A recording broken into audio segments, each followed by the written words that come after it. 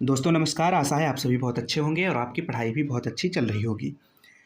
Quick revision की series में लोकतंत्र का ये पार्ट 3 है। पार्ट 1 और पार्ट 2 चैनल पे ऑलरेडी अपलोड है, आप लोग उसे देख सकते हैं।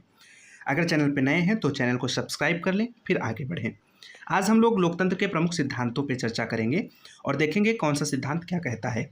तो सबसे पहले है लोकतंत्र का विशिष्ट वर्गीय सिद्धांत, इलाइटेस्ट थ्योरी ऑफ डेमोक्रेसी। तो सबसे पहला सवाल ये बनेगा कि इस थियरी का जो विकास है वो कहाँ हुआ। तो मूलतः ये समाज विज्ञान की थियरी है। समाज विज्ञान से ही इसको राजनीति विज्ञान में लाया गया, यहाँ उपयोग किया गया। इसमें क्या कहा जाता है? इसमें कहा जाता है कि समाज या संगठन के भीतर महत्वपूर्ण निर्णय केवल गिने चुने लोग ही करते हैं, चाहे उस समाज या संगठन का बाहरी रूप कैसा भी हो। तो विशिष्ट वर्गीय सिद्धांत क्या कहता है कि जो महत्वपूर्ण निर्णय होते हैं वो केवल गिने चुने लोग ही करते हैं। अब इससे संबंधित कुछ विद्वानों को देखते हैं और उनकी पुस्तकों और विचारों को देखते हैं। तो सबसे पहले हैं विल्फ्रेडो पेरेटो। ये इटली के विद्वान हैं और इनकी पुस्तक है माइंड एंड सोसाइटी, जिसका प्रकाशन हुआ था 1916 में। इसमें ये विशिष्ट वर्ग का परिभ्रमण यानी सर्कुलेशन ऑफ इलाइट्स ये थ्योरी देते हैं, शेर और लोमड़ी की अवधारणा देते हैं, अवशेष और भ्रांतियों की अवधारणा देते हैं, तथा एक महत्वपूर्ण बात कहते हैं कि इतिहास कुलीन तंत्रों की कब्रगाह है। तो अगर एग्जाम में आपको इनमें से कुछ भी मिले, माइंड एंड सोसाइटी, विशिष्ट वर्ग का परिभ्रमण, शेर और लोमड़ी की अवधारणा, अवशेष और भ्रांतियों की अवधारणा या इतिहास कुलीन तंत्रों की कब्रगाह है, तो ये बात किससे संबंधित है? ये बात विल्फ्रेडो पेरेटो से संबंधित है, जो कि इटली के विद्वान हैं। इसके बाद गीतानो मोस्का, ये भी इटली के विद्वान हैं। इनकी पुस्तक है द रूलिंग क्लास, जिसका प्रकाशन हुआ था 1896 में। इसमें यह कहते हैं कि समाज में सदैव दो वर्ग पाए जाते हैं। एक वर्ग होता है शासक और दूसरा होता है शासित। शासक सिर्फ बल प्रयोग से शासन नहीं करते, बल्कि कुछ राजनीतिक सूत्रों का भी प्रयोग करते हैं। जैसे आपने नेताओं को कहते हुए सुना होगा कि जनता ही जनार्दन है। जैसे आपने हाल ही में सुना होगा प्रियंका गांधी ने एक लोकप्रिय नारा दिया था, लड़की हूँ लड़ सकती हूँ। तो ये क्या होते हैं? ये कुछ सूत्र होते हैं जिनका राजनेता अपनी लोकप्रियता बढ़ाने के लिए, लोगों से कनेक्ट होने के लिए प्रयोग करते हैं। तो मोस्का का कहना है कि जो शासक होता है वो सिर्फ बल प्रयोग करके शासन नहीं करता है, बल्कि वो कुछ राजनीतिक सूत्रों का भी प्रयोग करता है अपने शासन को स्थापित रखने के लिए। इसके बाद अगले विद्वान है रॉबर्ट मिशेल। तो रॉबर्ट मिशेल के बारे में जो सबसे चर्चित बात है वो है इनका गुटतंत्र का लौह नियम। तो आपसे अगर एग्जाम में पूछा जाता है कि गुटतंत्र का लौह नियम किसने दिया, तो वो रॉबर्ट मिशेल ने दिया। रॉबर्ट मिशेल जर्मनी के विद्वान थे और इनकी पुस्तक का नाम है पॉलिटिकल पार्टीज, जो 1911 में पब्लिश हुई थी। अगले विद्वान है कार्ल मैनहाइम। इनकी पुस्तक का नाम थोड़ा बड़ा है, आप इसको याद कर लीजिएगा। Ideology and utopia and introduction to the sociology of knowledge, जिसका प्रकाशन हुआ था 1929 में। यह है कार्ल मैनहाइम की पुस्तक। इसमें ये कहते हैं कि जब समाज नीति निर्माण का कार्य विशिष्ट वर्ग को सौंप देता है तो वह लोकतंत्र शून्य नहीं हो जाता। क्यों? क्योंकि निश्चित अंतराल बाद वोट डालकर अपनी आकांक्षाएं प्रकट करता है। कोई भी सोसाइटी अगर किसी को अपना प्रतिनिधि चुन लेती है तो इसका मतलब ये नहीं है कि अब वहाँ पे लोकतंत्र नहीं बचा, क्योंकि फिर एक समय बाद वो अपना वोट डालेगा और अपने प्रतिनिधित्व पर विचार करेगा। तो ये बात कौन कहता है? ये कार्ल मैनहाइम की बात है। और ये क्या कहते हैं? ये कहते हैं कि मताधिकार के बल पर नेताओं को बहुमत के हित में निर्णय करने के लिए विवश किया जा सकता है। और ये क्या कहते हैं? और कहते हैं कि नेताओं का चुनाव योग्यता के आधार पर करना चाहिए। बात किसकी है? कार्ल मैनहाइम की बात है। इसके बाद अगले विद्वान हैं जोसेफ ए शुम्पीटर। जोसेफ ए शुम्पीटर की पुस्तक है कैपिटलिज्म, सोशलिज्म एंड डेमोक्रेसी। इसका प्रकाशन हुआ था 1942 ईस्वी में। ये इस बात पे जोर देते हैं कि जो लोकतंत्र होता है उसमें राजनीतिक निर्णय जनसाधारण नहीं करता, बल्कि नेतृत्व करता है, लीडरशिप करती है। जैसे कोई राजनीतिक दल है तो वहाँ पे राजनीतिक दल का हर व्यक्ति निर्णय नहीं करता है, उसमें जो डिसीजंस होते हैं वो उस दल का जो लीडर होता है, जिसकी लीडरशिप में वो दल चल रहा होता है, वो निर्णय करता है। तो लीडरशिप पे फोकस कौन करता है? करते हैं जोसेफ ए शुम्पीटर। और अगली बात ये क्या कहते हैं कि भले ही जनसाधारण निर्णय नहीं करता है, लेकिन जनसाधारण के वोट प्राप्त करने के लिए वहाँ के नेताओं में खुली प्रतिस्पर्धा चलती रहती है, इसलिए जनसाधारण महत्वपूर्ण रहता है। तो खुली प्रतिस्पर्धा और नेतृत्व की बात अगर कहीं पे आपको मिलती है तो वो बात किससे संबंधित है? वो बात संबंधित है जोसेफ ए शुम्पीटर से। इनकी पुस्तक का नाम है कैपिटलिज्म, सोशलिज्म एंड डेमोक्रेसी, जिसका प्रकाशन हुआ था 1942 में। इसके बाद अगले विद्वान है रेमोंड आरो। इनकी पुस्तक है social structure and the ruling class, इसका प्रकाशन हुआ 1950 में। इसमें ये कहते हैं कि लोकतंत्र में जो एलिट क्लास होता है और अन्य जो शासन प्रणालियां हैं उनमें जो एलिट क्लास होता है उनमें अंतर क्या है, ये बताते हैं रेमोंड आरो। जैसे ये कहते हैं कि जो सोवियत किस्म के समाज है, सोवियत संघ जो था, वैसे जो समाज है वहाँ पे एक ही विशिष्ट वर्ग होता है, एक विशिष्ट वर्ग होता है और उसी में सारे अधिकार सन्निहित होते हैं। लेकिन जो लोकतंत्र होता है, लोकतांत्रिक शासन प्रणाली होती है, उसमें कई विशिष्ट वर्ग होते हैं और सब में जो शक्ति होती है, एक अधिकार होते हैं, वो सब में क्रमशः समाहित होते हैं, सब में होते हैं अधिकार, एक से अधिक विशिष्ट वर्ग होते हैं। तो सवाल यहाँ से क्या बनेगा? सवाल यहाँ से बनेगा कि विशिष्ट वर्ग की बहुलता की बात किसने करी है?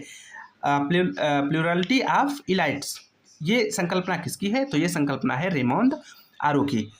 और इनका कहना है कि ये जो एक से अधिक विशिष्ट वर्ग होते हैं समाज में, ये शासन में नियंत्रण और संतुलन बनाए रखते हैं। तो ये विद्वान थे कुछ, और आगे देखते हैं।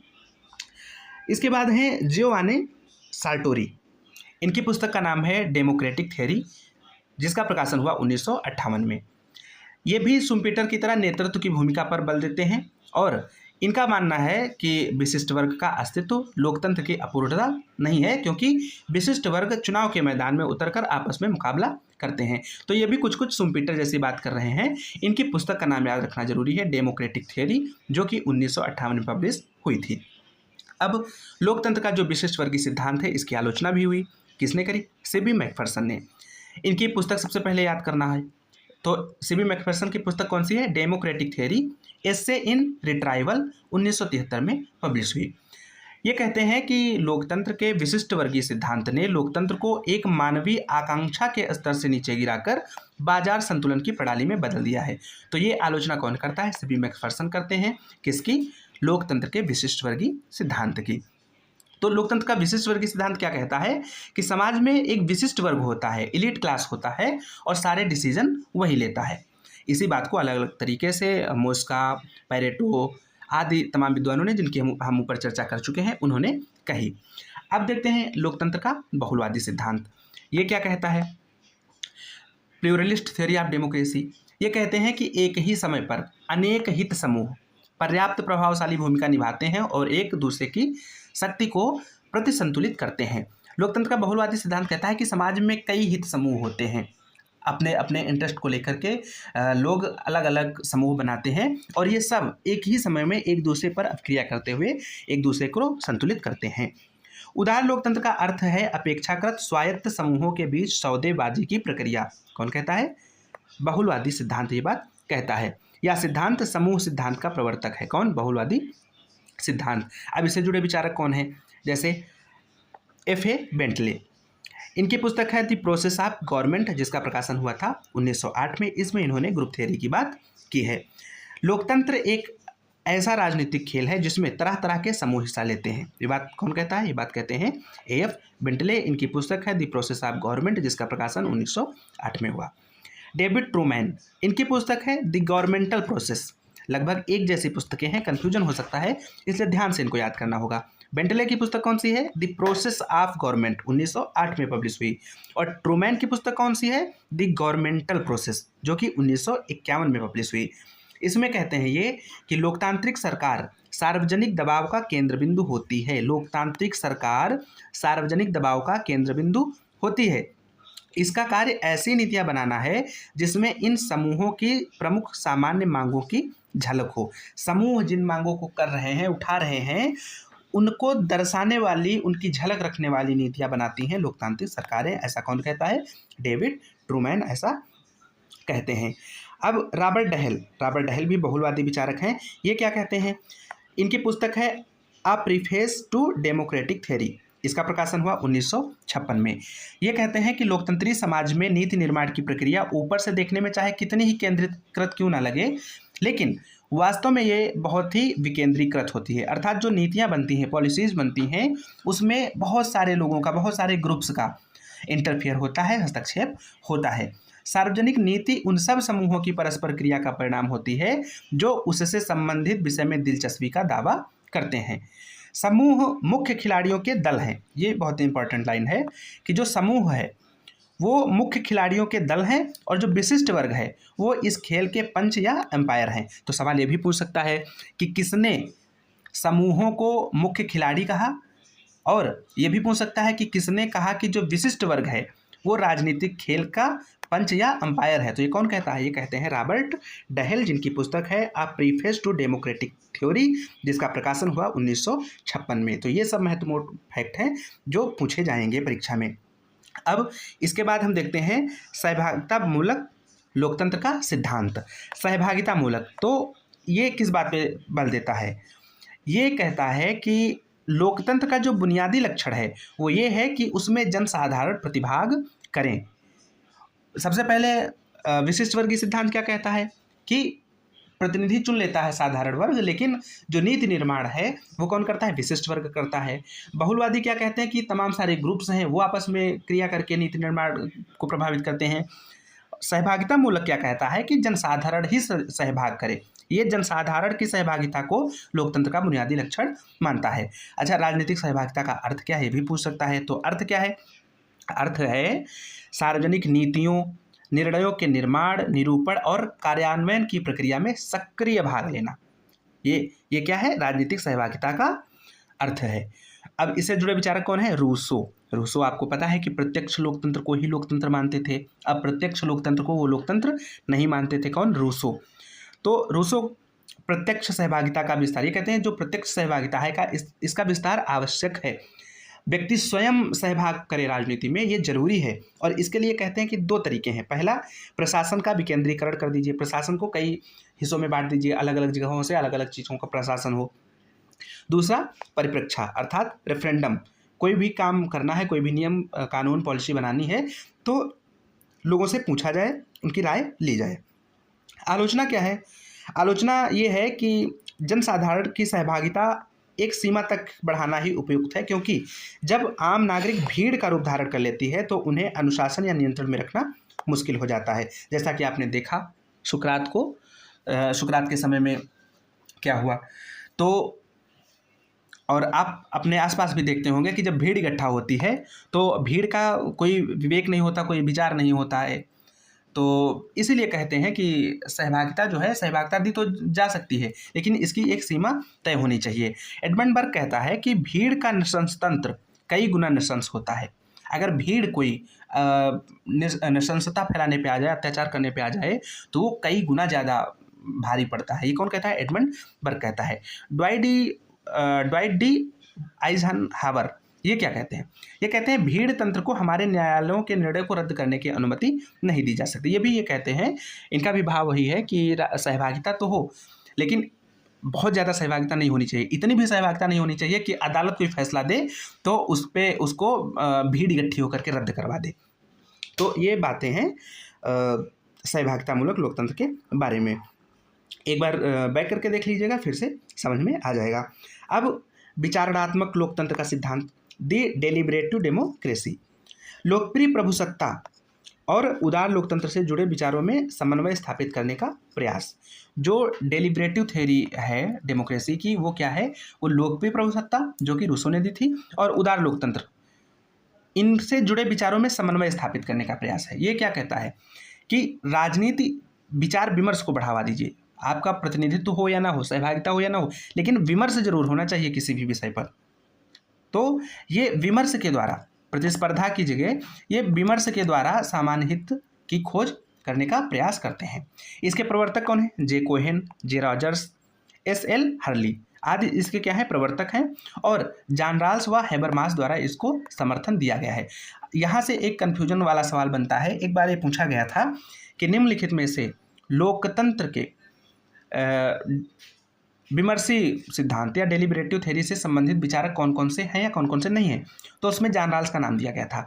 तो जॉन राल्स इससे संबंधित विचारक नहीं है, ये मुख्यतः डेलिब्रेटिव थ्योरी के विचारक नहीं है, थिंकर नहीं है, लेकिन ये इसका समर्थन करते हैं। तो अगर समर्थन पूछा जाए कि डेलिब्रेटिव डेमोक्रेसी का समर्थन करने वाले विचारक कौन है, और उसमें अगर जॉन रॉल्स का नाम है, हेबरमास का नाम है, तब तो ये चुना जाएगा ऑप्शन में। लेकिन अगर इससे संबंधित थिंकर पूछे जाएंगे, विद्वान पूछे जाएंगे, तो इन लोगों का डायरेक्ट नाम वहाँ पे नहीं लिया जाएगा, क्योंकि ये डायरेक्ट इस विचारधारा से संबंधित नहीं है, ये साइड से इसका सपोर्ट करते हैं। ठीक है, अब इन विद्वानों की कुछ रचनाएं हैं, उनको देख लेते हैं। तो जैसे जे कोहेन और जे रॉजर्स, इनकी पुस्तक है on democracy toward a transformation of American society, इसका प्रकाशन हुआ था 1983 में। एस.एल. हर्ली, इनकी पुस्तक है natural reasons personality and polity, इसका प्रकाशन कब हुआ? 1989 में। जॉन रॉल्स की पुस्तक पॉलिटिकल लिबरलिज्म 1993 में इसका प्रकाशन हुआ। हेबरमास की पुस्तक है बिटवीन फैक्ट्स एंड नॉर्म्स, इसका प्रकाशन कब हुआ? इसका प्रकाशन हुआ 1996 में। तो ये कुछ पुस्तकें हैं, इंपॉर्टेंट है, इनको भी याद किया जाना चाहिए। एडमंड बर्ग कहते हैं अकेला व्यक्ति मूर्ख होता है, जन समूह भी जब तक विचार विमर्श नहीं कर लेते तब तक मूर्ख रहते हैं, परंतु संपूर्ण जाति बुद्धिमान होती है, यदि उसे समय लगाने दिया जाए तो एक जाति के रूप में वह हमेशा सही कार्य करती है। तो ये किस पे फोकस दे रहे हैं? ये विचार विमर्श पे फोकस दे रहे हैं कि विचार विमर्श होना चाहिए। तो ये विचारणात्मक लोकतंत्र की बात है, डेलिब्रेटिव थ्योरी। अब लोकतंत्र का मार्क्सवादी दृष्टिकोण, अच्छा कोई आपसे पूछे कि जो मार्क्सवाद है, क्या वो लोकतंत्र को मानता है? क्या उत्तर होगा आपका? तो हो सकता है बहुत सारे लोग उत्तर दें कि नहीं, वो लोकतंत्र को नहीं मानता, लेकिन मार्क्सवाद लोकतंत्र को मानता है। लेकिन उसका लोकतंत्र को मानने का, लोकतंत्र को स्थापित करने का जो तरीका है, वो जो सामान्य तरीका है, आपने ऊपर देखा एलिट थ्योरी और डेलिब्रेटिव थ्योरी, पार्टिसिपेटरी थ्योरी, इनसे अलग है। वो कुछ अलग तरीके से लोकतंत्र को स्थापित करना चाहता है, मानता है। क्या है आगे देख रहे हैं। ये कहता है कि लोकतंत्र की सार्थकता के लिए समाजवाद को लाना आवश्यक है। ये कहता है कि अगर लोकतंत्र की स्थापित करने की बात कर रहे हो तो पहले समाजवाद स्थापित करो, उसी में लोकतंत्र आ सकता है। सर्वहारा का अधिनायक तंत्र ही ठोस लोकतंत्र है। अगर सर्वहारा का अधिनायक तंत्र है, सर्वहारा का शासन है, तो वही ठोस लोकतंत्र है। ये कौन कहता है? ये कहता है मार्क्सवाद। मतलब बुर्जुआ का शासन लोकतंत्र नहीं हो सकता, भले उसमें आप जनता के लिए कितनी अच्छी योजनाएं बनाएं। ये कहता है कि सर्वहारा का अधिनायक तंत्र ही ठोस लोकतंत्र है, मार्क्सवादी दृष्टिकोण ये बात कहता है।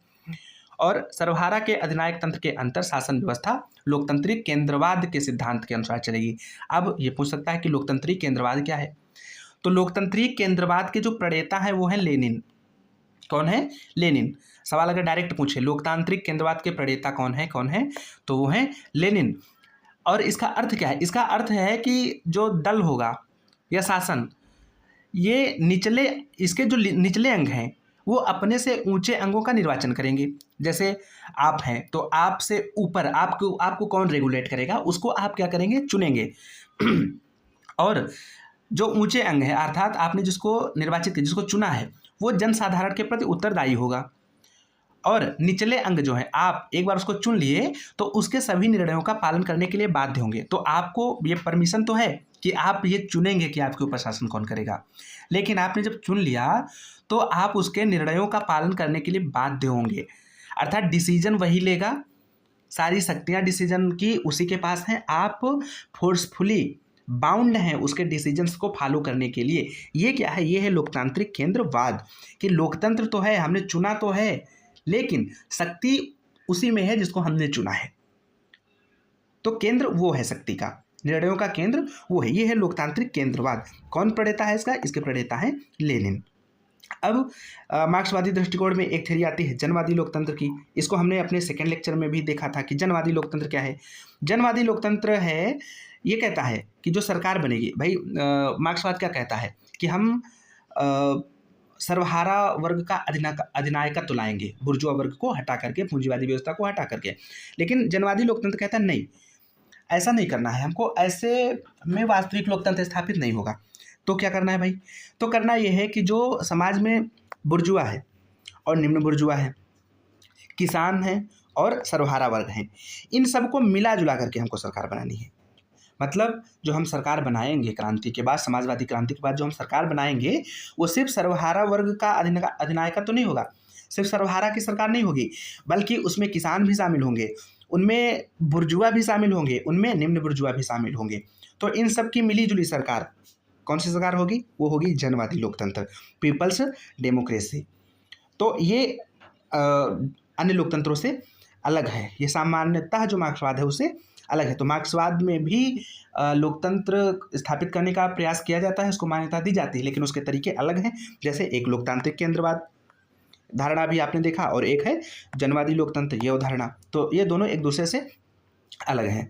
चलिए इसके आगे देखते हैं। एक महत्वपूर्ण टर्म है प्रक्रियात्मक लोकतंत्र। ये क्या है? आपसे पूछा जा सकता है अवधारणात्मक प्रश्नों में, समझ वाले प्रश्नों में, कि लोकतंत्र ऐसी प्रक्रिया है जिसमें सार्वजनिक निर्णयों के लिए जनसाधारण की सहमति प्राप्त करने का प्रयास किया जाता है। इस प्रक्रिया के परिणाम स्वरूप निर्णय स्वाभाविक तौर पर जन कल्याणकारी होते हैं। अर्थात लोकतांत्रिक प्रक्रिया का पालन करिए, लोकतांत्रिक लक्ष्य अपने आप प्राप्त हो जाएंगे। जैसे उदार लोकतंत्र, मतलब क्या हुआ भाई? मतलब ये हुआ कि जैसे कहा गया है कि सरकार बनाने के लिए सार्वजनिक वयस्क मताधिकार होना चाहिए, तो जितने भी वयस्क व्यक्ति हैं सबको वोट देने का अधिकार दे दीजिए और सरकार बनाने के लिए सबको बुलाइए और उनका वोट लीजिए। अब इनका कहना है कि ये प्रक्रिया है, अब इस प्रक्रिया को आप कड़ाई से पालन करिए। अब इसके बाद जो सरकार बनेगी वो स्वाभाविक तौर पर जन कल्याणकारी होगी। ये मानना किसका है? प्रक्रियात्मक लोकतंत्र की। प्रोसेस पे ध्यान दीजिए, प्रोसेस पर फोकस करिए, परिणाम अपने आप अच्छा होगा। तात्विक लोकतंत्र क्या होता है? तो ये जो प्रक्रियात्मक लोकतंत्र है ये उदारवादी लोकतंत्र इसको फॉलो करता है। तात्विक लोकतंत्र क्या कहता है? जैसे मार्क्सवादी जो हैं वो क्या कहते हैं? वो कहते हैं कि भाई प्रक्रिया पे फोकस मत करिए। लोकतंत्र का लक्ष्य क्या है? लोकतंत्र का लक्ष्य है कि जन कल्याण हो, गरीब से गरीब, कमज़ोर से कमज़ोर व्यक्ति की आवाज़ सुनी जाए, उसकी बात का कोई महत्व हो, उसका शोषण ना हो। ये कौन कहता है? मार्क्सवाद। और ये किसका लक्षण है? लक्ष्य किसका है? लोकतंत्र का। लोकतंत्र चाहता है ना कि हर व्यक्ति की आवाज़ सुनी जाए, हर व्यक्ति का कल्याण हो। तो तात्विक लोकतंत्र ये कहता है कि आप अपने लक्ष्य पे फोकस करिए कि आपका लक्ष्य क्या है, लोकतंत्र का लक्ष्य क्या है, और फिर लक्ष्य कैसे मिलेगा वो प्रक्रिया चेंज करी जा सकती है, प्रक्रिया में परिवर्तन किया जा सकता है। तो तात्विक लोकतंत्र कहता है कि प्रक्रिया बदली जा सकती है, आप लक्ष्य पे फोकस करिए। तो ये प्रक्रियात्मक और तात्विक लोकतंत्र में अंतर है। इसके बाद लोकतंत्र का आमूल परिवर्तनवादी सिद्धांत, इसके जो प्रतिनिधि हैं वो कौन है? CB Macpherson. लोकतंत्र का आमूल परिवर्तनवादी सिद्धांत, रेडिकल थ्योरी ऑफ डेमोक्रेसी, इसके प्रतिनिधि कौन है? CB Macpherson. इनकी पुस्तक है the real world of democracy जो 1965 में पब्लिश हुई। लोकतंत्र का ध्येय व्यक्ति की सृजनात्मक स्वतंत्रता के लिए उपयुक्त वातावरण तैयार करना है। कौन कहता है? सीबी मैकफर्सन कहते हैं। ये कहते हैं कि जो लोकतंत्र है उसका उद्देश्य है कि जो व्यक्ति की सृजनात्मक स्वतंत्रता है, व्यक्ति जो कर सकता है, कुछ निर्माण कर सकता है, सृजन कर सकता है, कुछ बना सकता है, तो उसके लिए अनुकूल वातावरण बनाया जाए, ये लक्ष्य है लोकतंत्र का। ऐसा कौन कहता है? ऐसा कहते हैं सीबी मैकफर्सन। ठीक है। और ये प्रक्रियात्मक व तात्विक लोकतंत्र के गुणों को मिला जुलाकर लोकतंत्र का एक नया स्वरूप बनाने का प्रयास करता है। ये ना तो पूरी तरीके से प्रक्रिया पर जोर देना चाहते हैं कि लक्ष्य भूल जाओ, प्रक्रिया पर ध्यान दो, लक्ष्य अपने आप ठीक हो जाएंगे, और ना ही ये इस बात पर जोर देते हैं कि प्रक्रिया को इग्नोर करके आप सीधा लक्ष्यों पर ध्यान दीजिए और जैसा मन चाहे वैसा प्रक्रिया। ये दोनों बातें नहीं कहते हैं, ये दोनों को मिला जुला करके एक नया रास्ता, मध्यम मार्ग बनाने का प्रयास करते हैं, जिससे व्यक्ति की सृजनात्मक स्वतंत्रता का प्रयोग हो, व्यक्ति अपनी सृजनात्मक स्वतंत्रता का प्रयोग कर सके, ऐसा वातावरण तैयार हो। तो ये बात कौन कहता है? ये बात कहते हैं सीबी मैकफर्सन, और इस कॉन्सेप्ट को कहा जाता है लोकतंत्र का आमूल परिवर्तनवादी सिद्धांत। सीबी मैकफर्सन जो है ये अनुभववादी लोकतंत्र की आलोचना करते हैं और इसे सुम्पीटर डाल धुरी कहते हैं। ये यहाँ से पूछा जा सकता है कि सुम्पीटर डाल धुरी की अवधारणा किसने दी है, या ये संज्ञा किससे संबंधित है? तो ये सीबी मैकफर्सन द्वारा दी गई संज्ञा है। और क्यों है ऐसा? क्योंकि ये अनुभववादी लोकतंत्र की आलोचना करते हैं और सुम्पीटर तथा रॉबर्ट डहेल को अनुभववादी लोकतंत्र का प्रतिनिधि मानते हैं। ये इसलिए कहते हैं कि जो ये अनुभववादी लोकतंत्र है ना, ये सुम्पीटर डाल धुरी है, सुम्पीटर डाल एक्सिस। कौन कहता है? सीबी मैकफर्सन कहते हैं। और ये अनुभववादी लोकतंत्र की कमियों को दूर करने के लिए जिस तरीके के लोकतंत्र की स्थापना करते हैं उसको कहते हैं उत्तर उदार लोकतंत्र। कहते हैं कि जो अनुभववादी लोकतंत्र है इसकी कमियों को दूर करने के लिए जो लोकतांत्रिक व्यवस्था स्थापित हुई है वो उत्तर उदार लोकतंत्र है, जिसमें मनुष्य सिर्फ उपभोक्ता नहीं है बल्कि वो सृजनकर्ता भी है। तो उत्तर उदार लोकतंत्र किससे संबंधित है? सीबी मैकफरसन से। लोकतंत्र का आमूल परिवर्तनवादी सिद्धांत कौन से संबंधित है? सीबी मैकफरसन से। सुम्पीटर डाल धुरी किसने दी है संज्ञा? ये सीबी मैकफरसन ने दी है। ठीक है। अब लेनिन क्या कहता है? लेनिन की पुस्तक है स्टेट एंड रेवोल्यूशन, 1917 में पब्लिश हुई। लेनिन कहता है कि जो पूंजीवादी समाज का लोकतंत्र है वो मुट्ठी भर लोगों का लोकतंत्र है, ये धनवान लोगों का लोकतंत्र है। ये कौन कहता है? स्टेटमेंट है, पूछा जा सकता है। ये कहता है लेनिन। कार्ल मार्क्स क्या कहता है? कार्ल मार्क्स कहता है कि प्रत्येक युग में उन विचारों का वर्चस्व रहा है जो उस युग में शासक वर्ग के विचार थे। तो ये किसका कथन है? ये कथन है कार्ल मार्क्स का। चलिए आगे कुछ पुस्तकें हैं उनको देख लेते हैं फटाफट। जैसे रॉबर्ट मिशेल्स की पुस्तक है पॉलिटिकल पार्टीज, 1911 में पब्लिश हुई। Joseph Schumpeter capitalism, socialism and democracy, 1942। Raymond Aron social structure and the ruling class, 1950। CB Macpherson the real world of democracy, 1965। और दूसरी रचना कौन सी है? Democratic theory essay in retrieval, 1973। Karl Mannheim ideology and utopia, 1929। A.F. Bentley the process of government, 1908। David Truman the governmental process, 1951। Robert Dahl a preface to democratic theory, 1956। इसके बाद जे Cohen and J Rogers, इनकी पुस्तक क्या है? On democracy toward a transformation of American society, 1983। S.L. Hurley, इनकी पुस्तक है natural reasons personality and polity, 1989।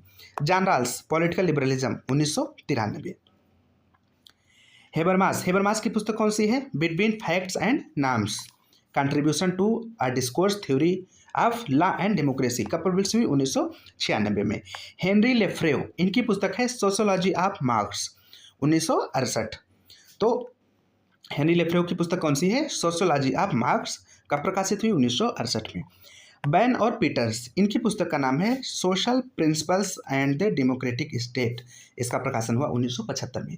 तो ये कुछ महत्वपूर्ण पुस्तकें हैं जो परीक्षा में पूछी जा सकती हैं। सन के साथ इनका नाम याद होना चाहिए। दो स्टेटमेंट और हैं। लोकतंत्र के बारे में मेरी धारणा यह है कि इसमें सबसे निर्बल व्यक्ति को भी वही अवसर मिलना चाहिए जो सबसे बलशाली व्यक्ति को मिलता है। कौन कहता है? महात्मा गांधी। एन्यूरिन बेवन ये विचारक हैं कि इनका कहना है कि राजनीति जो है वो नैतिक और अनैतिक के टकराव का क्षेत्र नहीं है बल्कि ये हितों के टकराव का क्षेत्र है। तो कौन कहता है कि राजनीति नैतिक अनैतिक टकराव का क्षेत्र नहीं बल्कि हितों के टकराव का क्षेत्र है? तो वो कहते हैं एन्यूरिन बेमन। तो ये कुछ स्टेटमेंट हैं और कुछ लोकतंत्र के सिद्धांत, उनसे संबंधित विचारक और पुस्तकें तथा कथन। परीक्षा में आपको यहाँ से सवाल जरूर मिलेंगे, इसलिए आप 2-3 बार इस पूरे लेक्चर को जरूर देखिएगा। आज के लिए बस इतना ही। लोकतंत्र को हमने 3 लेक्चर्स में लगभग कंप्लीट कर लिया है। आप तीनों लेक्चर्स को जरूर देखें और सारी चीज़ों को जरूर याद करें। चैनल को अगर अभी तक सब्सक्राइब नहीं किया है तो प्लीज़ सब्सक्राइब कर लें। आज के लिए इतना ही। नए टॉपिक के साथ जल्द मिलेंगे। तब तक के लिए धन्यवाद। Thank you. खुश